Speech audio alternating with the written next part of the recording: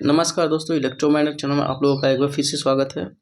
दोस्तों, हम लोगों का यूपी पॉलिटेक्निक फर्स्ट सेमेस्टर के सब्जेक्ट अप्लाइड फिजिक्स वाला लेक्चर सीरीज चल रहा था, जिसमें कल के लेक्चर में हम लोगों ने सदिशों के क्रॉस मल्टीप्लिकेशन या सदिशों के सदिश गुणन के बारे में पढ़ लिया था। आज उसके आगे से हम लोग पढ़ेंगे। आज का हमारा पहला टॉपिक रहेगा सदिशों का वियोजन, जिसको इंग्लिश में बोलते हैं रेजोल्यूशन ऑफ वेक्टर्स। देखिए दोस्तों, सदिशों का वियोजन जो होता है, यह सदिशों के एडिशन यानी सदिशों के जोड़ने की एक विपरीत प्रक्रिया होती है, जिसके अंतर्गत किसी सदिश को यदि कोई वेक्टर दिया है, उसको दो या दो से अधिक वेक्टरों में तोड़ा जाता है या उसको वियोजित किया जाता है। किसी सदिश को जिन वेक्टरों में वियोजित किया जाता है या तोड़ा जाता है, उन वेक्टरों को आपस में फिर से अगर जोड़ दिया जाए तो वही मूल वेक्टर प्राप्त हो जाता है, मूल सदिश प्राप्त हो जाता है। तो उन सदिशों को जो है दिए गए सदिश का वियोजन कहते हैं, या दिए गए सदिश का कंपोनेंट्स या फिर घटक कहते हैं। तो यहाँ पर इसका थ्योरी आप लोग देख सकते हैं।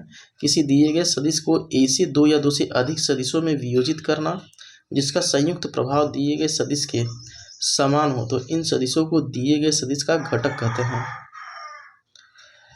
इसमें नोट्स लिखा हुआ है, सदिशों की वियोजन की क्रिया सदिशों के जोड़ने की क्रिया के विपरीत होता है, जो कि मैंने अभी थोड़ी देर पहले बताया। किसी दिए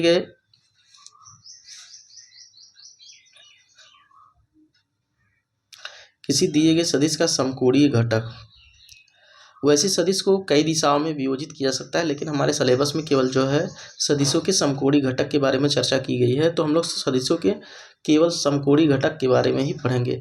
और ये समकोणीय घटक क्या होते हैं, इसको इस थ्योरी के माध्यम से देखते हैं। यदि किसी दिए गए सदिश को दो परस्पर लंब दिशाओं में वियोजित करें तो प्राप्त घटक वेक्टर के समकोणीय घटक कहलाते हैं। अर्थात यदि कोई वेक्टर दिया हुआ है तो उसे हम लोग केवल दो दिशाओं में x और y तल में वियोजित कर दें, तो ये दोनों x और y तल में जो सदिश के घटक होंगे दिए गए सदिश का क्या कहलाएंगे, लंबकोणीय घटक कहलाएंगे। ये कैसे होता है अभी इस पेज पर हम लोग समझेंगे।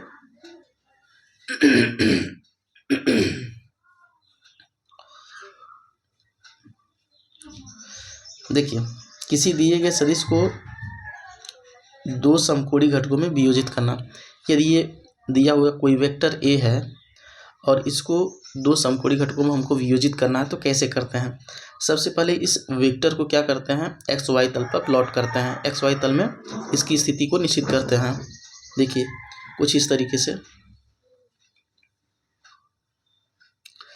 यदि कोई सदिश एक दिया गया है जिसका लंबकोणीय घटक प्राप्त करना है, तो सदिश एक के पुच्छ को मूल बिंदु पर रखकर दी गई दिशा में खींचते हैं।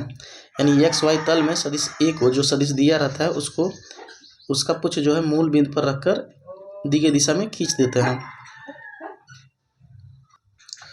जब इस वेक्टर को मूल बिंदु पर रखकर खींचते हैं तो मान लेते हैं यह वेक्टर एक्स अक्ष के साथ थीटा कोण पर उपस्थित हो रहता है, यानी एक्स अक्ष के साथ थीटा कोण बनाता है। तो ऐसी स्थिति में देखिए, जो एक्स तल पर भी हम लंब इस वेक्टर के शीर्ष से लंब डालेंगे और वाई अक्ष पर भी इस वेक्टर के शीर्ष से लंब डालेंगे। जो इन लंबों की लंबाइयाँ होगी, जैसे ये वाई अक्ष पर जो लंब डाले हैं इसका जो है लंबाई एक्स अक्ष की डिनोट करेगा। देखिए यहाँ से यहाँ तक की दूरी, यहाँ से यहाँ तक की दूरी के बराबर होगा। ये वेक्टर जो ए वेक्टर है ओपी से डिनोट किया जा रहा है, ये इसका क्या होगा, एक्स अक्ष की दिशा में घटक होगा। और दूसरा क्या होगा, दूसरा देखिए दूसरा घटक इस रेखा द्वारा डिनोट होगा जो कि ओ एन है। ओ एन की लंबाई वेक्टर ए के वाई अक्ष की दिशा में घटक को निरूपित करेगा। इसको हम लोग देखिए एक्स अक्ष की दिशा में वेक्टर ए के घटक को ए एक्स से लिखते हैं और वाई अक्ष की दिशा में वेक्टर ए के घटक को ए वाई से लिखते हैं। देखिए माना ए वाई एक्स अक्ष से थीटा कोण पर है, ए के शीर्ष से दोनों अक्षों पर डाले गए लंब क्रमशः ओ एम और ओ एन है। देखिए ओ एम और ओ एन है, जिसे चित्र में ए एक्स तथा ए वाई सदिश द्वारा दिखाया गया है। ये ओ एम और ओ एन क्या है, सदिश ए एक्स और ए वाई के द्वारा डिनोट किया गया है, जो इस वेक्टर का एक्स अक्ष की दिशा में और वाई अक्ष की दिशा में घटक है। यही सदिश ए के लंबकोणीय घटक होते हैं, यानी ए एक्स और ए वाई जिनका मान ओ एम और ओ एन है, यही ए ए का एक्स दिशा और वाई दिशा में एक्स अक्ष और वाई अक्ष में क्या होते हैं, घटक होते हैं, जिनका मान देखिए इस फॉर्मूले से हम लोग निकाल सकते हैं। ए एक्स बराबर लिखेंगे ए कोस थीटा और ए वाई बराबर लिखेंगे ए साइन थीटा। तो यही क्या होगा, जो वेक्टर ए का होगा, ए का एक्स अक्ष और वाई अक्ष की दिशा में घटक होगा। देखिए व्हाइट बोर्ड पर हम लोग इसको थोड़ा समझ लेते हैं। यदि कोई वेक्टर इस तरीके से दिया हुआ है, जरूरी नहीं हो कि ये तिरछा ही हो, सीधा भी हो सकता है, ऐसे लंब भी हो सकता है, मैं अभी सबको लेकर दिखाऊंगा। ये वेक्टर हमारा ए है,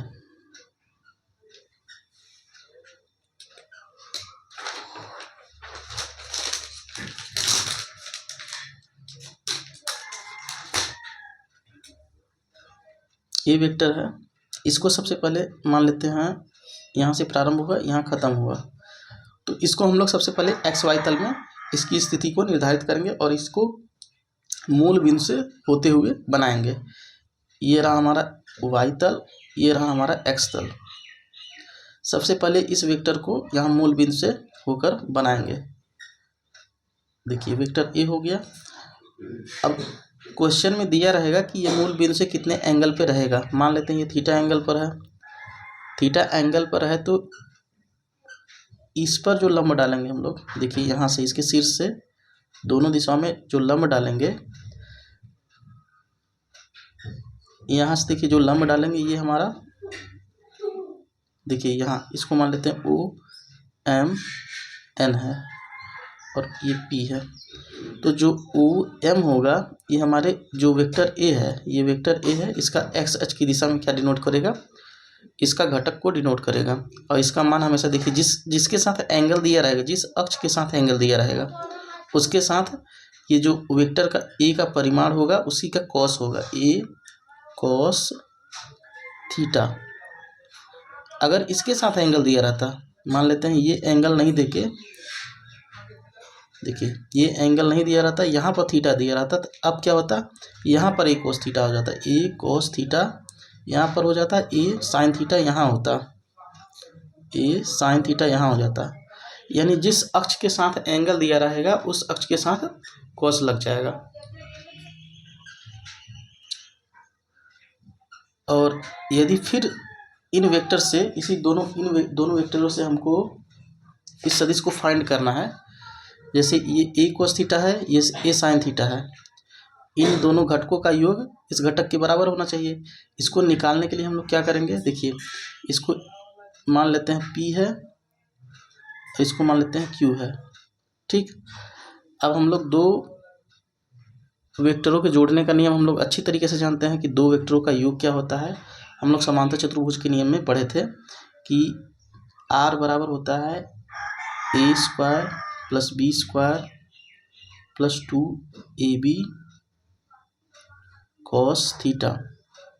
ये सारा अंडर रूट में हुआ करता था यदि दो वेक्टर दिया हुआ है उनका परिणामी वेक्टर ज्ञात करने के लिए। तो यहाँ हमारा दो वेक्टर दिया हुआ है ए कोस थीटा और ए साइन थीटा, इसका परिणामी हमको ए निकालना है। तो ए का परिमाण कितना हो जाएगा, देखिए ये कुछ इस तरीके से हो जाएगा,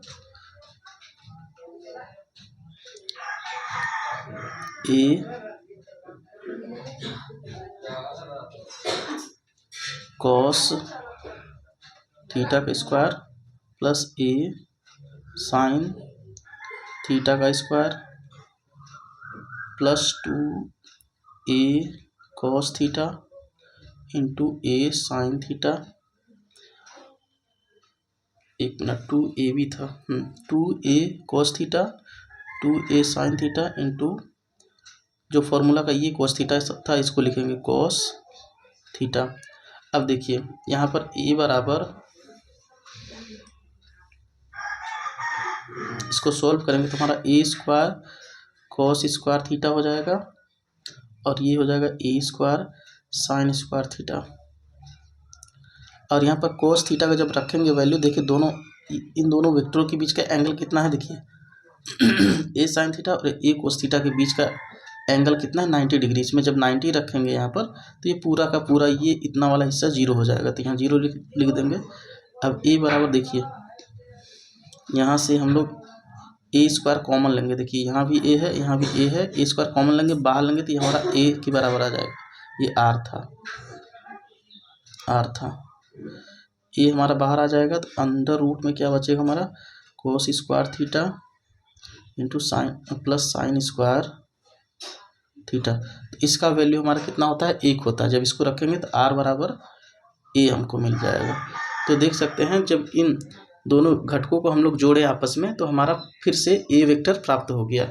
इस तरीके से वेक्टर ए कोस थीटा और ए साइन थीटा को वेक्टर ए का घटक बोलेंगे। अब इसके बाद हमारा ये इस चैप्टर का जितना भी न्यूमेरिकल पार्ट थ्योरेटिकल पार्ट था ख़त्म हो चुका है। इसके बाद हमारा न्यूमेरिकल पार्ट रहेगा। इसमें 1-2 हम लोग क्वेश्चन देख लेते हैं सदिशों के योग और गुणा के आधार पर। इसके बाद अगला चैप्टर हम लोग शुरू करेंगे बल और गति। आप लोगों के बुक में एक वेक्टर के वियोजन का उदाहरण दिया हुआ है कि किसी अगर किसी रोलर को खींचना उसे धकेलने की अपेक्षा आसान होता है। ऐसा क्यों होता है, देखिए उदाहरण दिया हुआ है आपके बुक में। यदि कोई ये रोलर है और दूसरा रोलर ये है, ठीक, ये इसका अक्ष है। यदि हम इसको यहाँ से धक्का दें इस तरीके से, इस एंगल पर फोर्स लगा के धक्का दें और इसको इस एंगल पर फोर्स लगाकर खींचें, तो इसमें से कौन सा आसान होगा, माने किसमें हमको कम एफर्ट करना पड़ेगा। तो हमको इस वाले में कम एफर्ट करना पड़ेगा, यानी खींचने में। धकेलने की अपेक्षा खींचना आसान होता है। ऐसा क्यों होता है, इसको हम लोग वेक्टरों के वियोजन से समझेंगे। देखिए हम लोग इस डायरेक्शन में फोर्स लगा रहे हैं, तो देखिए इस डायरेक्शन में हम लोग फोर्स को बना लेते हैं। बल हमारा एक सदिश राशि होता है। ये रहा हमारा बल। अब ये रहा हमारा एक्स अक्ष और ये रहा हमारा वाई अक्ष, ठीक। इसी तरीके से इसमें भी बना लेंगे।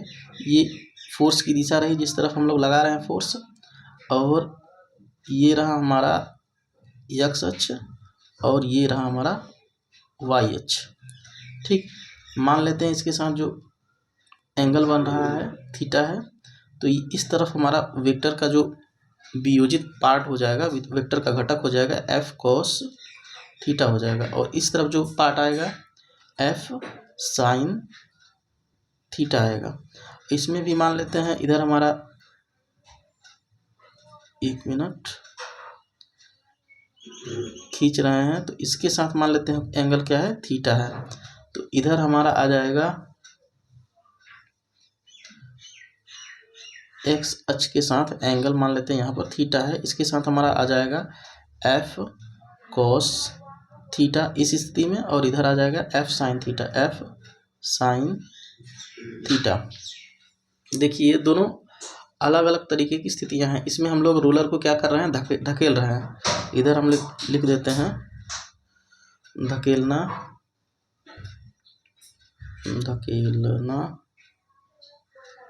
ये हो गया खींचना।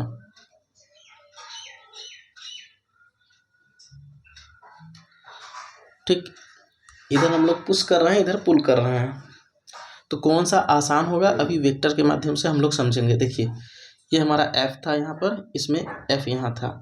अब इसमें समझेंगे तो इसका जो वेट होगा, इसका वेट नीचे की ओर काम करेगा, इसका भी वेट नीचे की ओर काम करेगा W,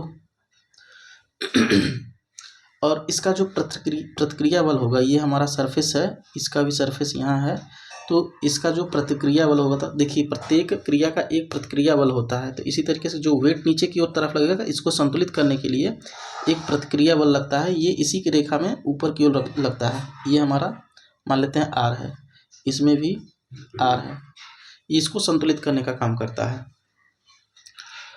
तो इस स्थिति, पहले स्थिति में हम लोग देखेंगे।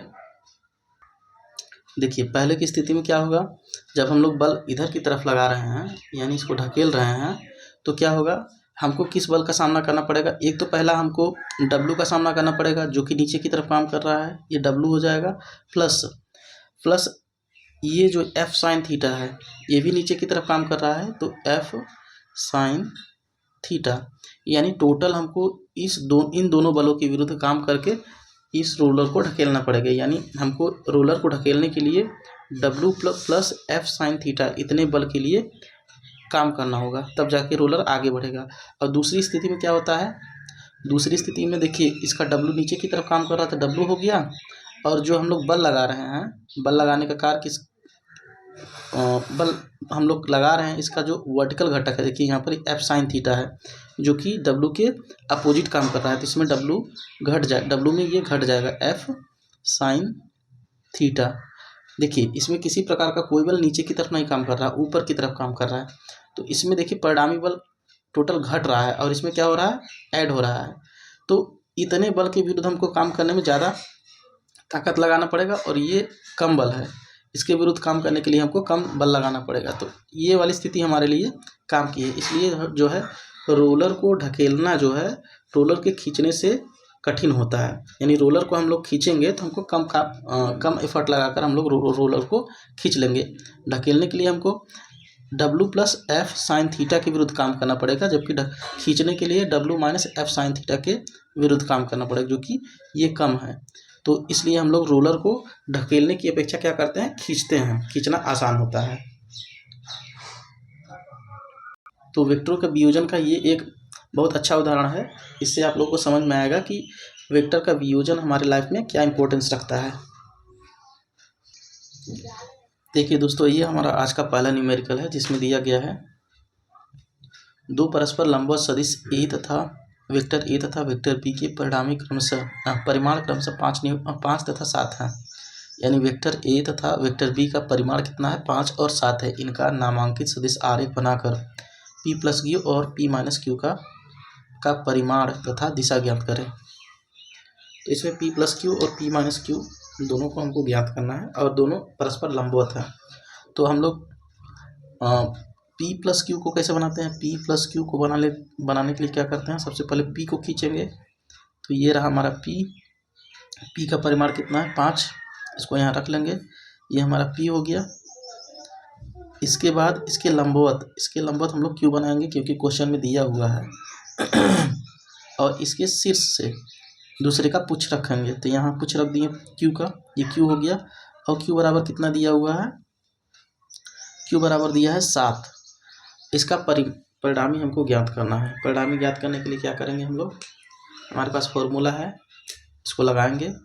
फॉर्मूला क्या है, आर बराबर होता है अंडर रूट में P square plus Q square plus 2 P Q cos theta. तो इसमें जो है रखेंगे वैल्यू को, तो P का मान कितना है हमारा 5, ये 25 हो जाएगा, और Q का मान 7 है, ये 49 हो जाएगा, और 2 एक मिनट यहाँ प्लस रहेगा, 2 5 इंटू 7 कॉस 90 डिग्री, क्योंकि ये दोनों लंबवत हैं, ये दोनों आपस में लंबवत हैं। तो R का मान हमारा आ जाएगा अंडर रूट में 25 प्लस 49, ये हमारा 0 हो जाएगा, क्योंकि यहाँ cos 90 डिग्री का मान कितना होता है, 0। इसको सॉल्व करेंगे तो ये हमारा आ जाएगा R बराबर 8.6,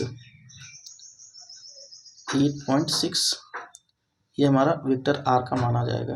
तो वेक्टर R को हम लोग रिजल्टेंट को कैसे खींचते हैं, पहले वेक्टर के पुच्छ से दूसरे वेक्टर के शीर्ष को मिलाते हैं। तो यहाँ तो देखिए कुछ इस तरीके से मिलाएंगे, ये हमारा वेक्टर R हो गया।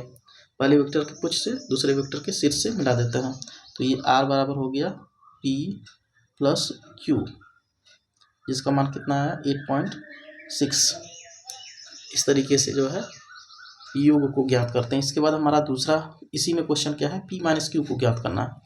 P माइनस क्यू, तो P माइनस क्यू का आरेख कैसे बनाते हैं हम लोग, सबसे पहले P को बनाते हैं, ये हमारा हो गया P का मान कितना है 5, तो ये वेक्टर P हो गया। अब Q को क्या करेंगे, Q को हम लोग जिसको घटाना रहता है उसको हम लोग दूसरे वेक्टर के शीर्ष से रख के घटा देते हैं, तो ये हमारा हो गया Q।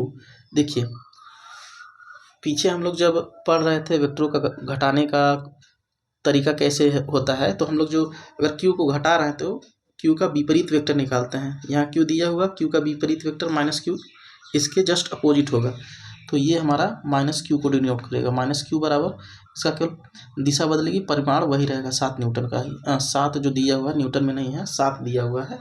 इसका परिणामी फिर से ज्ञात करेंगे, इसको इससे मिला देंगे, यानी इसके टेल को टेल से, हेड को हेड से मिला देंगे, तो ये हमारा आर हो जाएगा पी माइनस क्यू के लिए। अब फिर से हम लोग फॉर्मूला लगाकर पी माइनस क्यू का मान निकाल लेंगे, तो क्या होता है, माइनस के लिए होता है, सब कुछ सेम रहेगा, केवल जहाँ कोस रहता है वो माइनस हो जाता है। P square Q square, P square plus Q square -2 P Q cos theta. इसको फिर से सॉल्व करेंगे तो आर बराबर हमारा आ जाएगा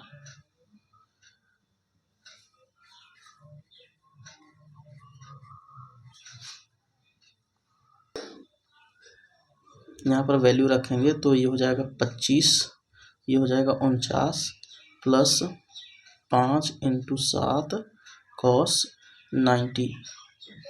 1 मिनट, यहाँ माइनस रहेगा। इसको सॉल्व करेंगे तो हमारा वेक्टर आर फिर से निकलेगा 8.6। 8.6 यहाँ भी आया था, 8.6 यहाँ पर भी आएगा। अंतर केवल इतना है कि ये वाला काम कर रहा था, देखिए इस तरीके से ऊपर जा रहा था, और दूसरा वाला काम कर रहा है जो माइनस वाला, ये नीचे इसके जस्ट अपोजिट काम कर रहा है। ये था कि किधर, अगर दिशा के हिसाब से देखा जाए तो ये हमारा था